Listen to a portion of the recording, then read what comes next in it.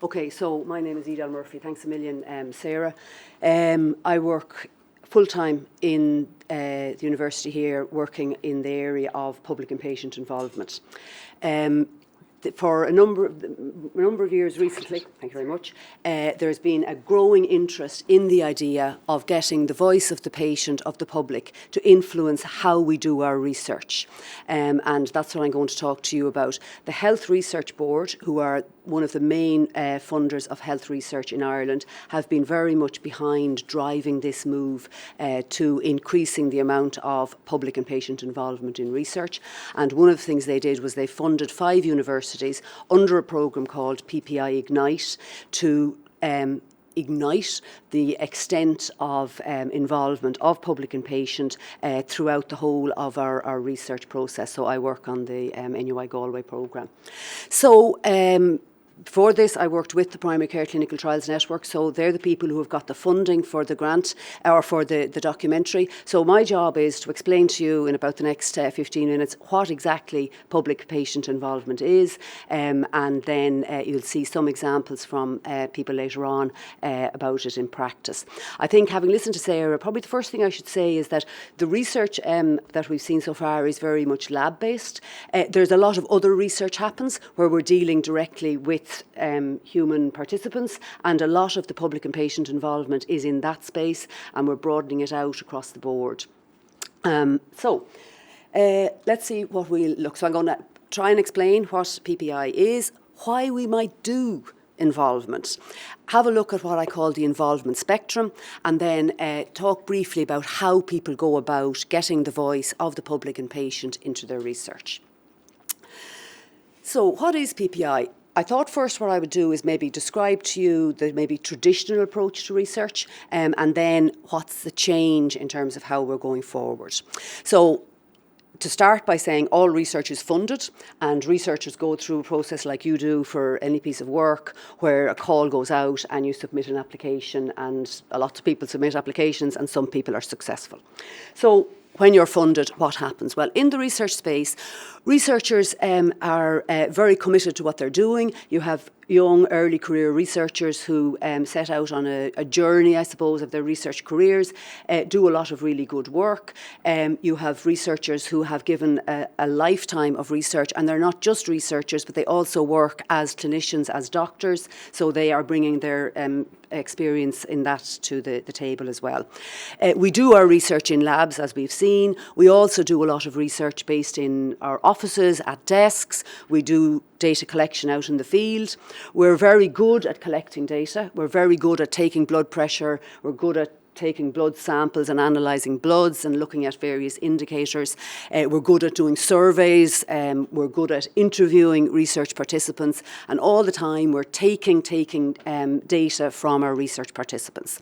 Researchers tend to share their results by presenting at conferences and then by writing papers that are published in academic journals. We're very good at doing that.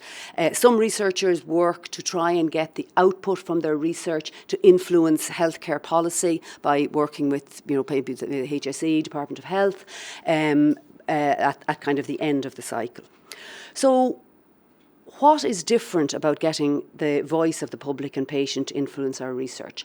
What we're doing is we're asking the researchers to take a different approach to how they go about their research. We're asking them to listen to the voice of the public, of the patient, ask them what matters to them, ask them how should we run our studies, and critically to have that communication in a language that's understandable to the people that we're dealing with. So for us, for researchers, what matters, we call it primary outcomes and secondary outcomes, and how should we run our studies are called study protocols. So a big part of public and patient involvement is about creating a level playing field, using language that we can all understand and moving forward together. So, for example, in a trial where there was a drug being tested to help improve post-stroke life for people who had been through a stroke. Researchers' plan was to look at whether it reduced the length of the hospital stay. So can we get the patients out the door quicker? But when they asked the patients and their families who had survived strokes what mattered, what they said was, what really matters to us is how long we can stay at home, live at home, having been discharged before we're readmitted or have to go to long stay care, and more importantly, how independent can we live? So that gives you an idea of how the perspective of a study can change. It made it a much harder study to do. It's very easy to measure when somebody walks out the door of a hospital, much harder to measure the other things.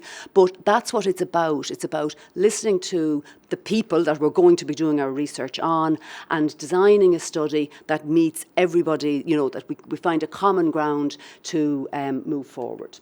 So who are our public and patients? They are everybody. We all move between being members of the public, and just because we live with the condition, we are still members of the public.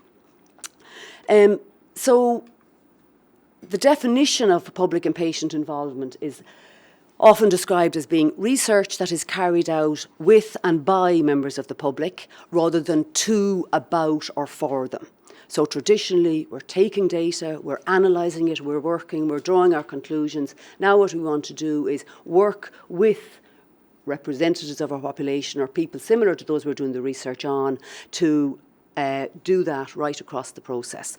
The slogan, "Nothing about us without us," which came originally from the disability movement, is often used to summarise the ethos behind PPI.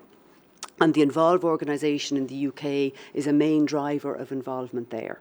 I should say at this point that the idea of involvement in research is much more developed in other countries, particularly the UK, Canada, Australia. There's been some super examples of it in Ireland, and we'll mention one or two of them. So it's not that it hasn't happened at all, but what we're trying to do now is to get it embedded across the board in health and social care research.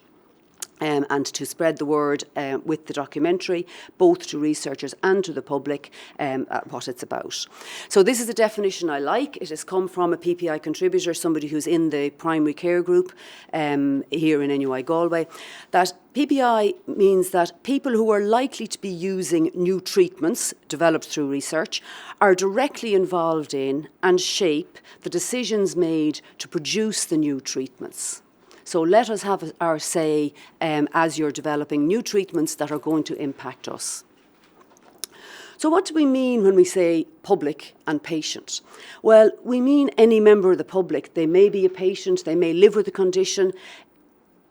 Depending on what we're doing, the voice of a parent might be relevant, the voice of a carer, a family member. Depending on your research, your public patient can be children or young people. Sometimes it might be a member of a specific community. So if we're looking at migrants, if we're looking at the traveller community, if we're looking at whatever minority group, it can be somebody from that.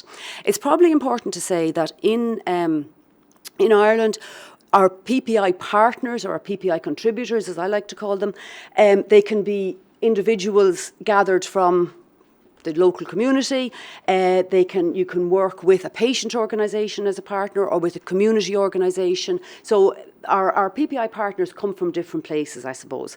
And there is one umbrella organisation called the Medical Research Charities Group, MRCG, who are working with a number of patient organisations to build an understanding of how they can contribute and how they can work with researchers as well. So while it's a two-pronged approach that we all need to learn how to work together. Why might we do PPI? Why is it important?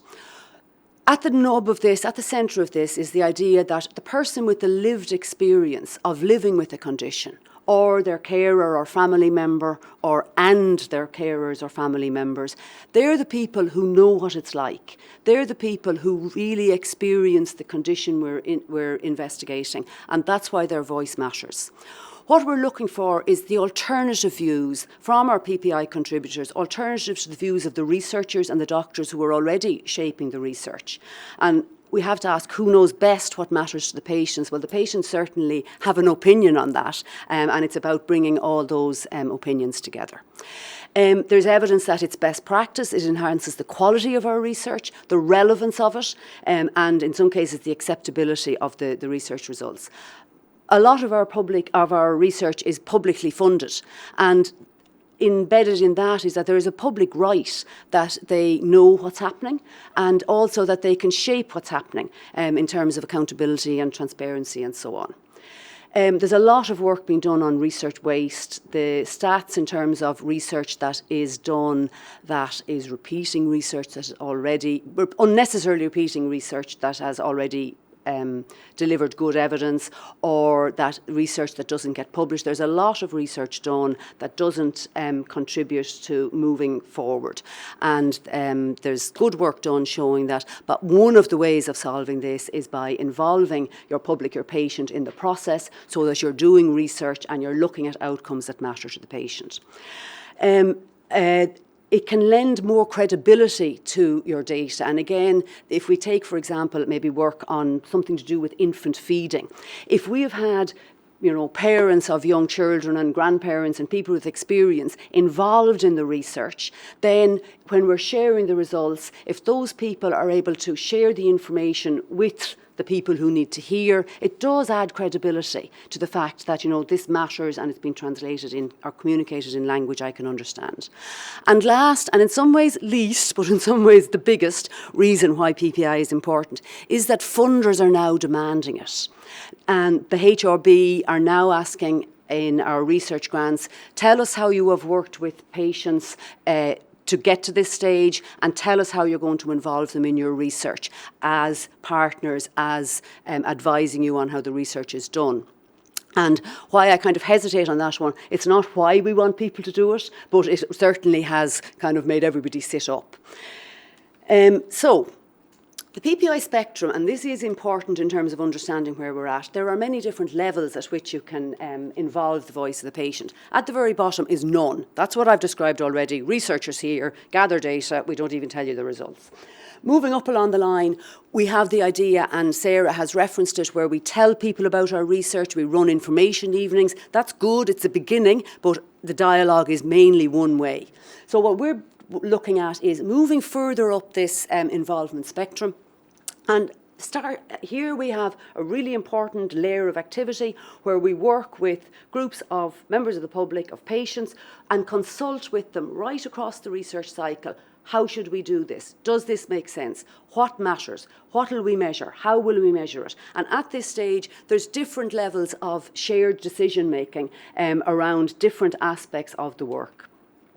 Moving further up along the line, maybe we're increasing the shared ownership, and Ruth and Michael are going to talk through an example of that. I should say Patrick and Nikita are going to talk about the previous one.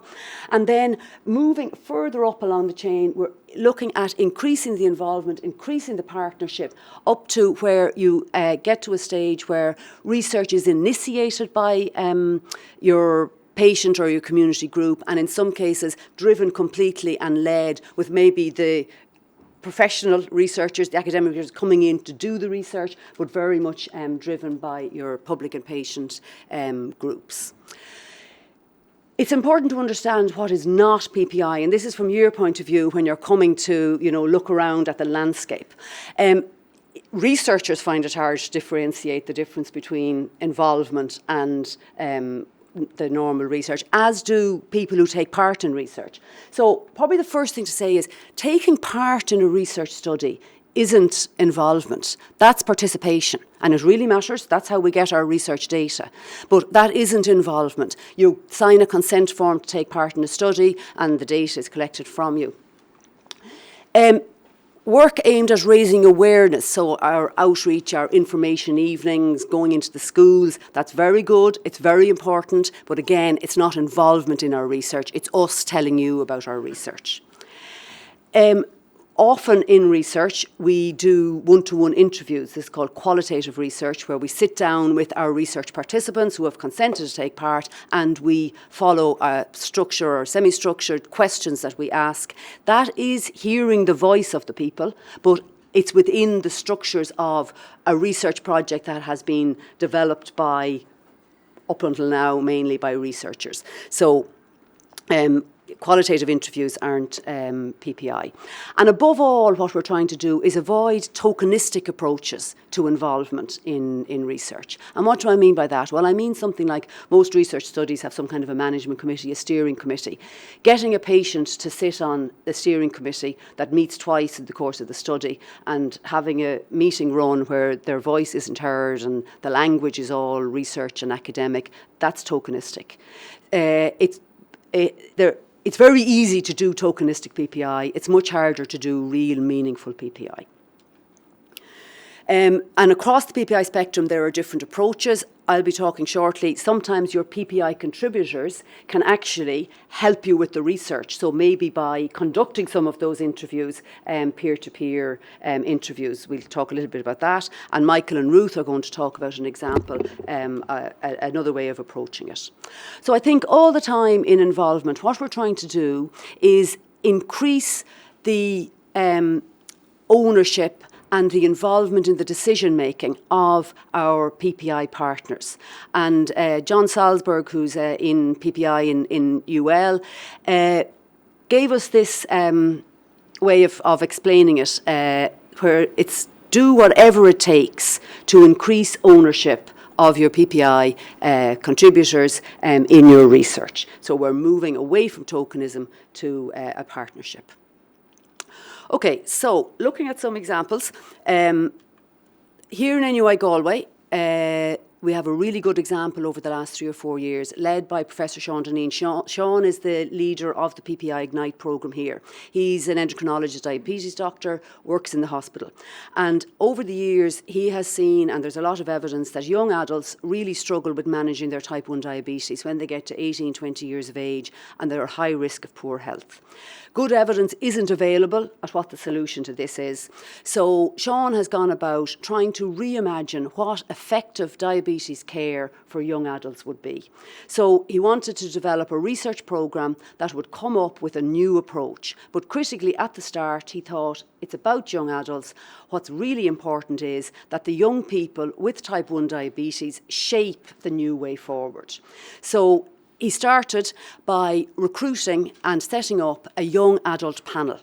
And it was built on or influenced by Jigsaw Galway, Jigsaw mental health, youth mental health organisation. They have a very good involvement approach.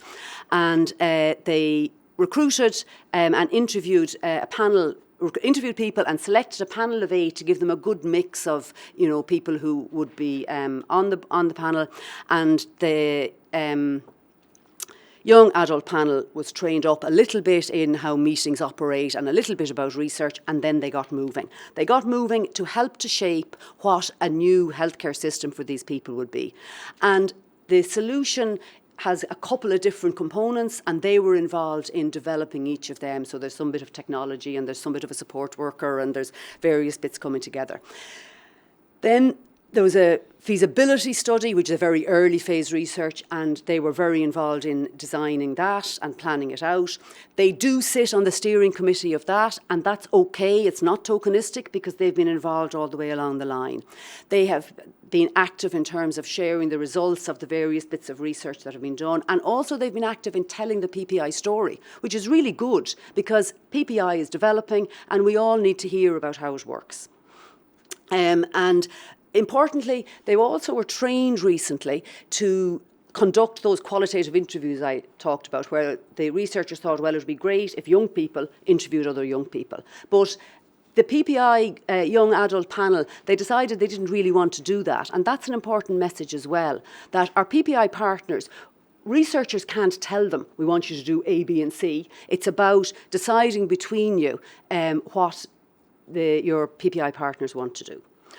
Okay, I don't think I can possibly do justice to this in the time that I have left, as I'm already gone over my time, but this is a wonderful, wonderful example, completely different, led by Professor Mary McCarran in Trinity. There's an ongoing longitudinal study of ageing in Ireland you might have heard about called TILDA, where they're looking at a cohort of adults, going back to them every 4 or 5 years, and that was set up initially, and Mary felt really important that there was a study done to look at ageing with people with intellectual disabilities, because we now have people with IDS growing into older age.